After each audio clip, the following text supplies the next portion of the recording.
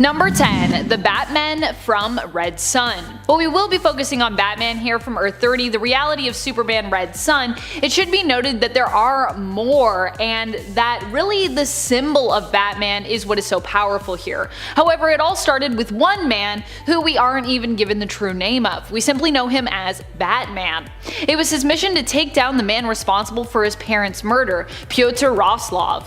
In his attempt to get to Roslov, however, he ended up being pitted against the Soviet hero Superman, aka the Red Son. Batman almost succeeded in defeating Superman here, but Wonder Woman unexpectedly became free of her bonds, turning the tides of the fight in Superman's favor. In the end, Batman decided to take his own life rather than be captured, blowing himself up but confessing to Superman beforehand the truth about the corrupt Roslov, and in so doing achieved his mission. While the original Batman died, others would later take his place in the fight for justice, inspired by the stories of his heroism. Number 9. Owlman. Owlman isn't a direct alternate version of Bruce Wayne, as he's the older brother of Bruce on Earth 3, Thomas Wayne Jr., the elder son of Martha and Thomas Wayne.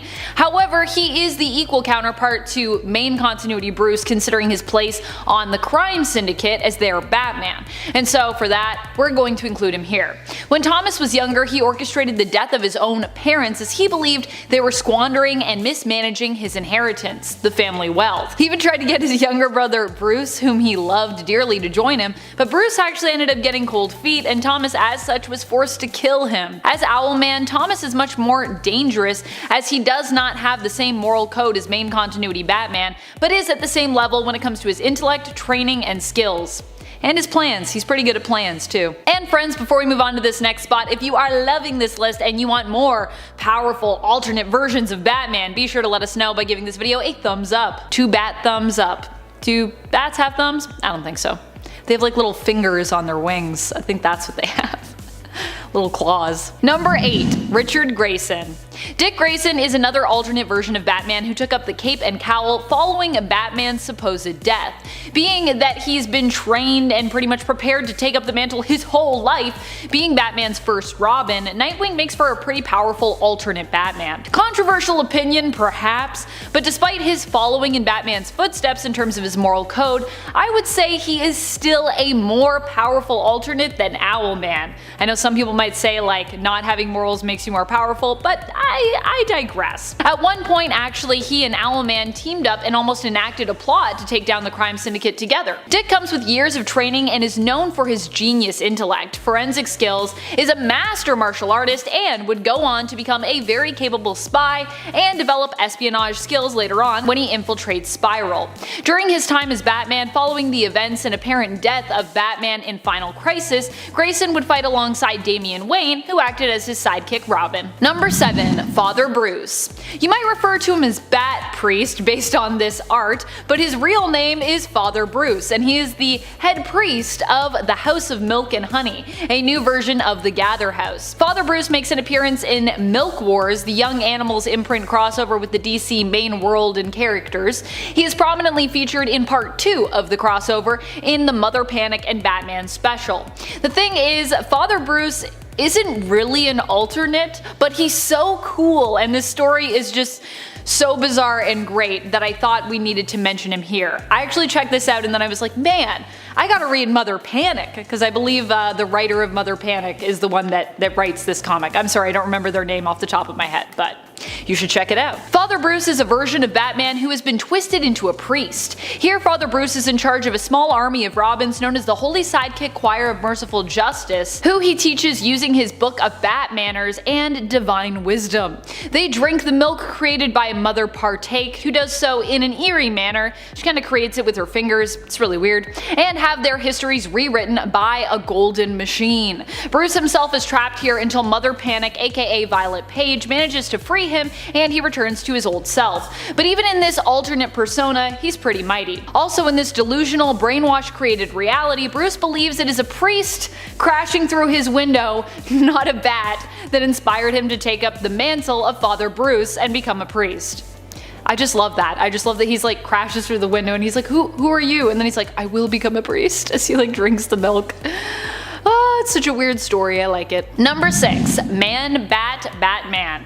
Now I know Taylor on his part 1 had Batman, aka Earth 43 turned vampire bats, but I figured why not bring you another vampiric version of the hero?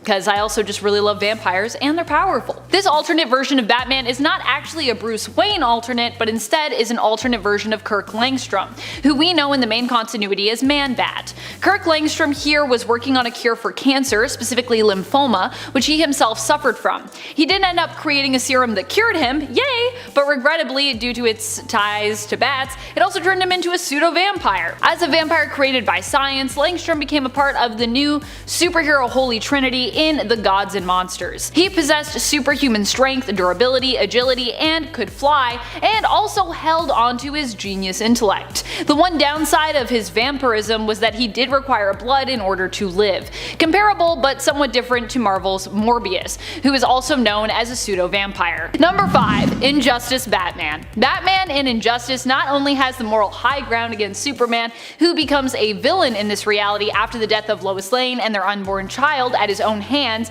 due to the machinations of Joker and Harley Quinn, but Batman here also possesses the super pill, or more specifically the 5U93R pill, which kinda spells super if you look at it. This pill, when ingested, allows Batman or his ally, father figure, and loyal butler Alfred to go toe-to-toe with Superman, meeting him on his level when it comes to strength and durability. Number 4. The Merciless. The Merciless is like the Wonder Woman version of the Dark Knights, as each of the core members is kinda meant to be a stand-in for a member of the Justice League. He initially teamed up with Diana Prince, aka Wonder Woman, to take down Ares on his world of Negative Earth 12 in the Dark Multiverse, but after doing so was forced to take Ares' helmet before Wonder Woman could and use it to defeat her. He basically knew that Diana would not allow him to use it otherwise, and so he was like, nah, I kinda gotta take it, otherwise it won't get used. He took up her symbol in her honor and wields the power of Ares, but multiplied. He is amazingly strong and durable, can summon any weapon, influence others to anger or fighting, and is pretty much god level, so yeah. Number 3. Super Batman. Super Batman was the name given to the Batman of Earth 1 when he traveled to Zur-En-Arrh. In the main continuity, Zur-En-Arrh was the name of Batman's alternate persona created when he witnessed the traumatic event of his parents being murdered that resides deep within his psyche. However, initially Zur-En-Arrh was the name given to a faraway planet in the golden age of Batman comics. It first appeared in issue 113 of Batman in the story Batman, the Superman of Planet X. Here, Batman of Earth 1 is teleported a great distance to Zur-En-Arrh to aid Batman, the scientist Tolano, who watched Batman from afar through a telescope and was inspired to become the Batman of his own world, so he's also Batman. However, the intergalactic threat that Tolano Batman faces here is too great, and he needs Earth 1 Batman's help. On this planet Earth 1, Batman's unique Earth-based human physiology makes him super strong, durable, and able to fly. Basically, he becomes Superman in terms of what he's capable of, which also at this time period I feel like would be pretty off the charts. Batman uses his powers to help Tolano and then is returned home afterwards and given one of Tolano's devices to keep as a memento. It doesn't work though, so it's basically just a little bit of junk that he can keep in his trophy case. Yay! Number 2. Darkfather. Darkfather was ultimately beaten by the superhero Holy Trinity, but only while they all kind of had a power upgrade all their own. He hails from the Dark Multiverse and is an alternate version of Bruce Wayne, who defeated Darkseid and took all his power and knowledge for himself afterward. Batman as Darkfather as such is a new god and also wields the anti-life equation, which he uses to influence others and to imprison them, forcing them to obey him and his will. He also has all the brilliance of main continuity Bruce and more. Number 1. Batman Who Laughs. Also known as the Darkest Knight, the Batman Who Laughs is an alternate version that is a combination of Batman and Joker. He comes from the Dark Multiverse reality of Negative Earth 22, where he as Batman ended up killing the Joker by snapping his neck after being pushed to the brink by the villain, who was dying anyways admittedly. When he did so, however, he became infected by Joker venom that was released by this very final action. After becoming infected, Bruce went insane and had most of his Bat family killed, except for his biological son, Damian Wayne, who joined his side. Batman Who Laughs would go on to become super powerful after acquiring the powers of Dr. Manhattan when he had his brain transplanted into the body of the Dr. Manhattan Batman alternate. The Darkest Knight, even before this power upgrade, was already pretty powerful because 1. He was super popular, which always gives characters power, and 2. He was a mentally ill genius, which made him extremely deadly and dangerous to take on and kinda unpredictable. He also often fought against the superheroes he came up against with dark metal, in some cases managing to infect them and in so doing recruit them to his own dark army. Plus he's got all those dark knights, so that's just another thing. Number 10. Vampire Batman. We'll start on a Twilight note here, okay? Bruce Wayne of Earth 43 appeared in the 1992 Batman and Dracula Red Raid story written by Doug Munch with pencils by Kelly Jones. So after a group of victims met their fate in the same way with their, throats slashed and not looking great, Batman realized that he's got vampires to now deal with. Vampires led, of course, by the one and only Dracula. So Batman really goes the extra mile to get the job done here because he meets a rogue vampire named Tanya and opts to get bit. He's like, right here please, thank you. He turns himself into a vampire in order to fight Dracula. Awesome, sold. Debit, thank you. Okay, so now Batman lures these rogue vampires into the Batcave, detonates an explosion, completely dusting Wayne Manor, so now all this sunlight hits the bloodsuckers, poof, they perish, and Batman used his new wings, his actual bat wings, and then flew to fight Dracula. Bat Bruce won the fight by impaling Dracula on a broken electrical pole. Bruce wasn't looking good also. He lost a lot of blood, so he actually died, but the Batman will live forever as now a vampire, so that's good. That's a positive ending, I think. Number 9. The Batman Who Laughs. Coming from the dark multiverse, first appearing in Dark Days the Casting, created by Scott Snyder and Greg Capullo, comes a twisted Earth 22 version of Batman, the Batman Who Laughs. Sounds like a good time, it's actually a nightmare. The Joker here is cruel. He goes on a spree throughout Gotham, just chaos, pure chaos. He took out Jim Gordon, and then he poisoned Batman. So once Batman was able to move his body again post-poison problem, he broke the Joker's neck. But even so, the Joker was prepared for this. After the snap, he let this toxin out that infected anybody near him. So Batman now got infected. Cut to 2 days later, Batman and Superman are talking about what just happened. Then when Superman tells Bruce that a kid infected by Joker venom bit a doctor, Bruce Wayne laughs. He lets out a little laugh, but he catches himself after, and even Superman is thrown off. He's like, okay, something's not right here. So a day later, Bruce called the team to the Batcave, and he went full Omni-Man. He took out the entire team before anybody really caught on to this new personality. Weird and evil. This list is dark already. Number 8. TIMESTREAM Batman. Batman The Return of Bruce Wayne is a 6-parter written by Grant Morrison, released in 2010, and we pick up from Final Crisis issue 6 when Darkseid shot Bruce into the past. He travels throughout history, these fun crazy eras, until eventually he's back to present day Gotham City. Now the series is 6 issues, so we get 6 different types of Batman. This is like a 6 in 1 point. It's pretty juicy. So issue 1 gives us a caveman style Bruce Wayne. He meets an immortal caveman as well who becomes Vandal Savage. Issue 2, Bruce has to deal with witches. Okay. Issue 3, Batman is front and center in the high seas. Pirate Batman going head to head, of course, with Pirate Blackbeard. Enough said. Issue 4, we move to the Wild Wild West, where Bruce is a talented gunfighter, yet still he doesn't like guns and chooses not to kill. Vandal Savage returns here, but this time with the help of one Jonah Hex. Lovely. Issue 5, we find Bruce in what appears to be the 1930s, right after his parents actually died. So Bruce is taken to the hospital to recover from a gunshot from the previous Tale Out of Time, and that's when he meets a woman named Marcia. Marcia believed that Thomas Wayne actually killed his wife and then faked his own death. She was a friend of Martha, so she was trying to get some peace of mind, trying to get to the bottom of this. So Bruce followed her to a graveyard without her knowing, and then that's when we find out she's actually a member of the Black Glove organization, and she intended on sacrificing Bruce to Barbados. She wanted immortality all along.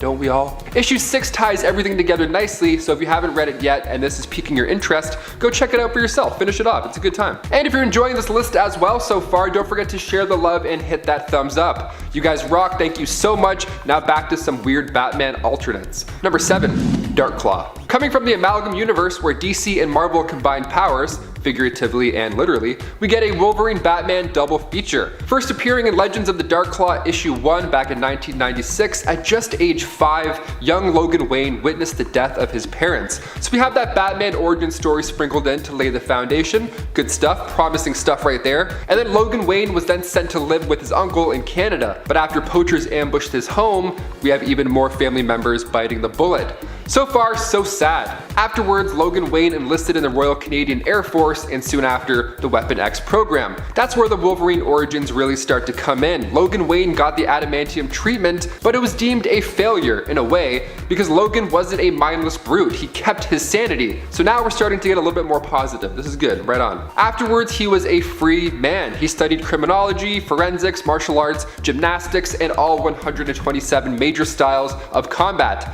That mixed with the claws. Good game, dude. Good game. Number 6, BATZARRO. Making his first full appearance in Superman Batman issue 20, the world's worst detective and just a straight up villain, BATZARRO is the opposite of Batman.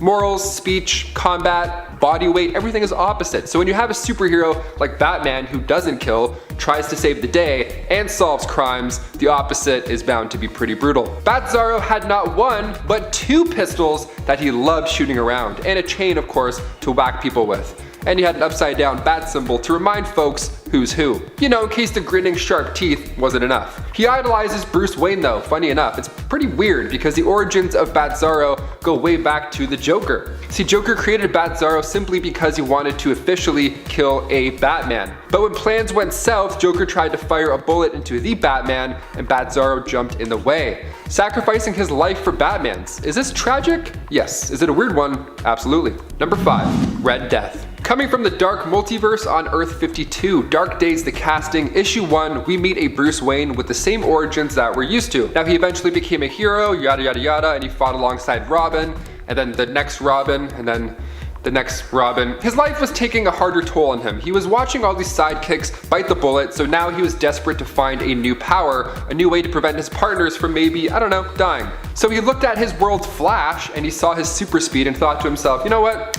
I could use that speed force better than him. What a statement right there. So he took out every Flash villain himself, kept their advanced weapons, and then used those weapons to fight the Flash. He drove them both into the Speed Force with the Batmobile and the Cosmic Treadmill, and then he absorbed all of Barry's super speed. Now after Batman came back from said Speed Force trip, he referred to himself as Batman the Red Death, where he would then brutally kill Gotham's criminals in the blink of an eye. But here's the kicker, here's the bad part. Gets worse rather. Barry still lived inside his mind. He would beg Red Death, to stop the killing. Imagine hearing somebody in your head. I mean, that alone is a nightmare. Number 4, Civil War Batman. Batman teaming up with Abe Lincoln.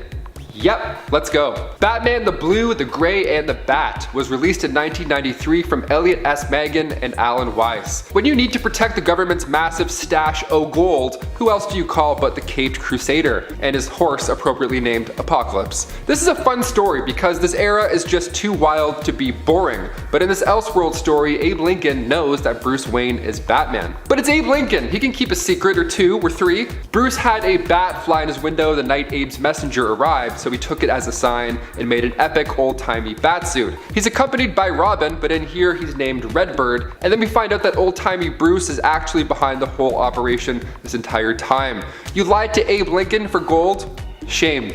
Shame. You're already rich in some universes. You don't need gold. Or maybe he's rich because he stole that gold. Number 3, Bat Baby. Making his first steps in Batman issue 147, the 600th time Batman appeared in comics, we see Bruce Wayne as a baby. So after Nails Finney and his gang made a shrink ray, they set their sights on Batman and it worked like a charm. It was only a shrink ray though. He didn't de-age mentally, which is even better almost. So now he had the same strength and aggression as a full-grown man in a toddler's body. This sounds like the worst case scenario, but Batman was kind of okay with it. He worked with what he got. He's like, okay, if people are gonna treat me as a baby, I'm just gonna dress like a baby. And then he wore a bat suit that no baby has ever worn ever. Classic Batman. Number 2, Holy Batman. Batman Holy Terror was an Elseworlds one-shot released in 1991, written by Alan Brennert. We find Reverend Bruce Wayne. How holy and fun is this? It's 1658, and in this universe, Lord Oliver Cromwell recovered from that fever and he maintained his hold on England. Later in the 20th century, Thomas Wayne, physician to ye old Gotham Town's council, was killed, same with his wife. Now James Gordon is on the case trying to get to the bottom of it, but he believes this was more than just a mugging. So he befriended young Bruce Wayne to maybe try and find some more info. Cut to 20 years later, Gordon is now Gotham Town's High Inquisitor, and Bruce is about to become a priest, and that's when Gordon finally tells Bruce the truth about his parents. He reveals that a man named Joseph Chill was behind the whole thing. The government took down one of their own. How peculiar. Priest in the sheets and bat freak in the streets. That's how we like it. And finally, coming in at number 1, The Bat. Batman Castle of the Bat was released in 1994, written by Jack C. Harris with pencils by Bo Hampton. We're really leaning into the literal bat theme on this list. I kinda love it, not gonna lie. Taking place in South Germany 1819, we get a scene similar to that in The Dark Knight. A masked highwayman robs a carriage. The passenger asks the man if he's ever heard tales of the demon who protects the land, and the highwayman scoffs, says, "Oh, that's just superstitious, I don't believe in that," and then a bat monster comes in and rips his head off. Dr. Bruce Wayne hears about this attack, and at his home, his castle rather, he tells his hunchback servant Alfredo, that the beast had attacked once again. What beast? What is he talking about? So when Bruce was a kid, his parents were killed in a carriage on a road. So Bruce and Alfredo found Thomas Wayne's brain, collected some body parts, added some electricity, and voila, now Thomas Wayne is back, and he looks like shit. Once bat fluid is added, he becomes a living nightmare of a monster, and his first plan was of course to get revenge on the same guy who killed him decades earlier. We saved the weirdest for last, that's for sure. Number 10, Jim Gordon. Jim Gordon ended up being recruited as a new Batman after the fallout of Endgame in the comics. Jim wasn't really in a great place to be commissioner, as he had just recovered from the effects of Joker venom, which had left him unhinged and violent, initially trying to kill his friend Batman. But at the same time, he was also still someone that the government and the police saw as being extremely useful. He had years of service under his belt, he knew Gotham like the back of his hand, and with Batman and Joker both believed to be dead, Gotham and its people were looking for a new man to take up the Batman mantle. Enter Jim Gordon. The government gave him training, muscle implants, and a new tech-based armor mech suit that also happened to have at least semi-sentience. Jim named the suit Rookie and would both wear and work alongside it, in tandem with the police and government as a new, weirdly svelte Batman. That suit was tight. Of course, you could argue that Jim wasn't great as Batman, considering when Bruce returned, he kinda had some messes to clean up. But as a Batman who worked with the law and had a more intimate understanding of the justice system, it could also be argued that Gordon, in his own way, was better.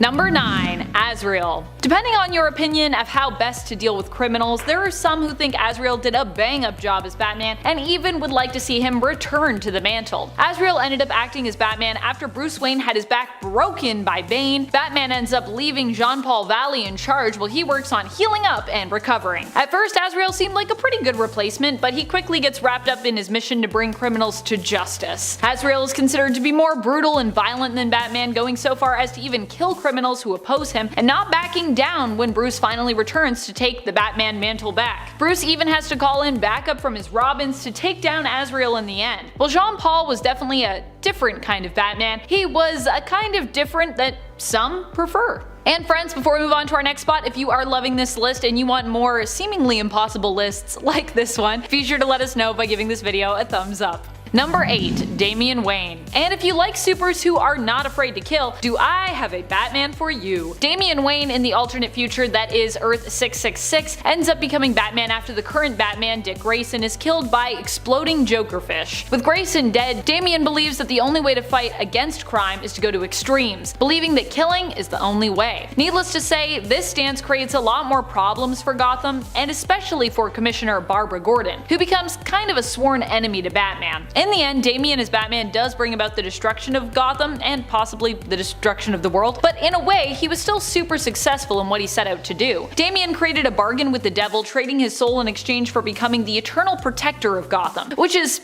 what happened. Of course, as with any wish or deal with the devil, there's always a twist. And in this case, the twist is that Gotham ends up being destroyed due to a nuclear strike. Still, Damian does protect Gotham till the very end of its existence. What more can you ask from Batman?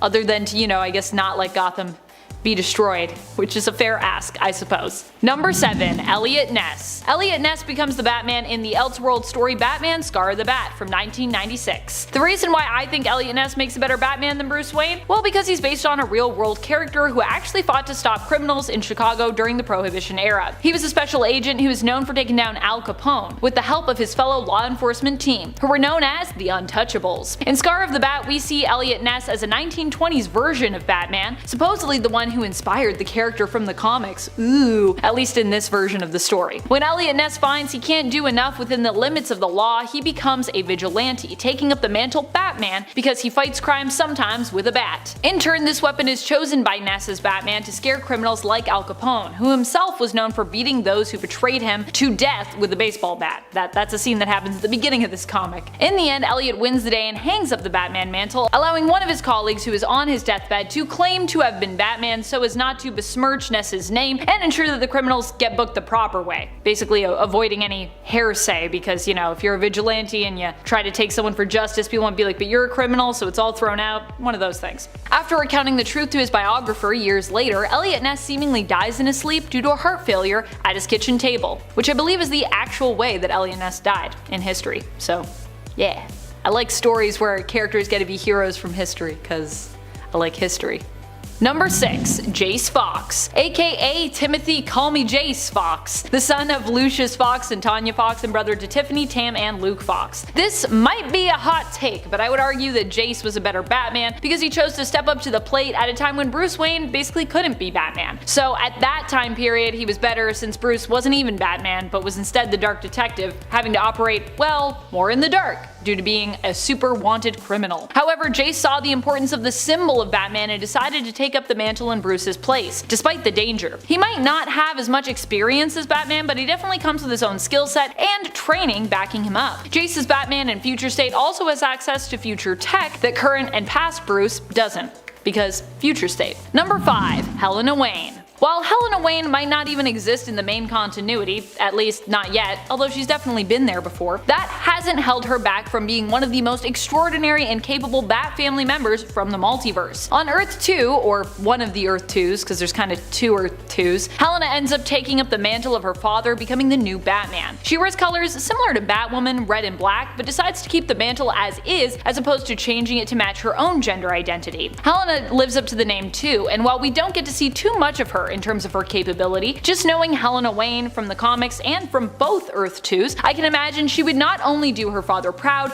but also potentially end up surpassing him in terms of her capabilities, having learned herself from the best. This version of Helena also trained under Bruce as his Robin and was there with him when he died, doing her best to defend her father before the building that he was in exploded. Number 4. Dick Grayson. Dick Grayson was Batman's first Robin and would end up taking up the mantle of Batman after Bruce Wayne's supposed death at the hands of Darkseid. In reality, Batman wasn't dead, but had simply kind of been blasted through time. Dick did such a good job with the mantle that even when Batman was revealed to have survived the events of Final Crisis and he returned, he actually didn't make Dick hang up the cape and cowl. Instead, in the one-shot Batman The Return, Bruce asks Dick to stay on and operate as Batman in Gotham in his stead, while he heads out to manage Batman Incorporated, which was pretty cool. I feel like you know you did a good job as Batman when you get the stamp of approval from Bruce, which is definitely what Dick got as Batman and what Damian got working as Grayson's Robin. And you definitely are considered to be trusted when Bruce gives you Gotham to look after, which is definitely the city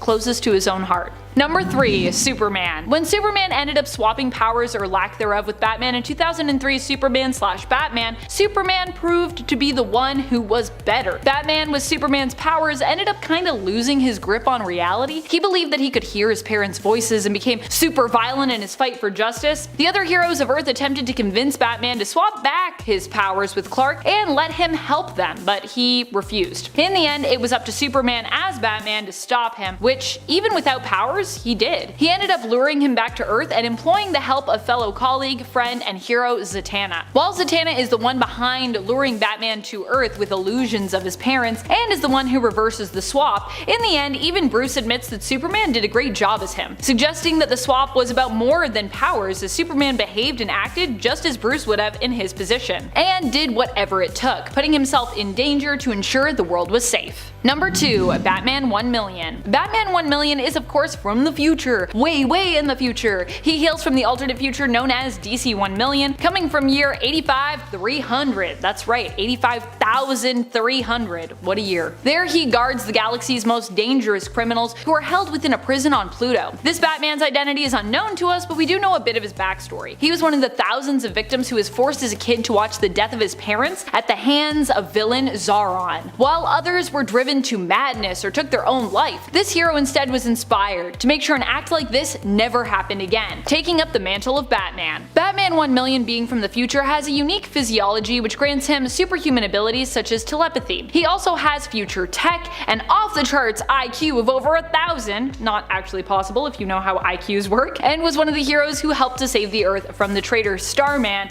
and the plague that he had unleashed. Number 1. Terry McGinnis. What would this list be without Terry McGinnis? As Batman's direct protege in the future, Terry definitely deserves our number 1 spot, I think. He also was designed to be the next Batman, and so not only has the training and experience needed, learning from an older and wiser Bruce Wayne himself, but also genetically was made to become the best Batman possible. In fact, you could even argue because he grew up with his parents still alive that he might be a more whole Batman. Terry was the product of Project Batman Beyond, headed by Amanda Waller, who actually snuck Bruce Wayne's DNA into his conception with nanotech that would basically rewrite Terry's dad's genetic code to match Bruce's, making Terry, in a weird way, kinda Bruce's son / half clone. Waller hired Phantasm, aka Andrea Beaumont, to then kill Terry's parents after they left the movie theater with their son, trying to also orchestrate the same origin story for Terry to help motivate him to become a hero. However, in the end, Andrea refused to go through with it, and so Terry got to live his life with his parents, alive. Although it should be noted, his parents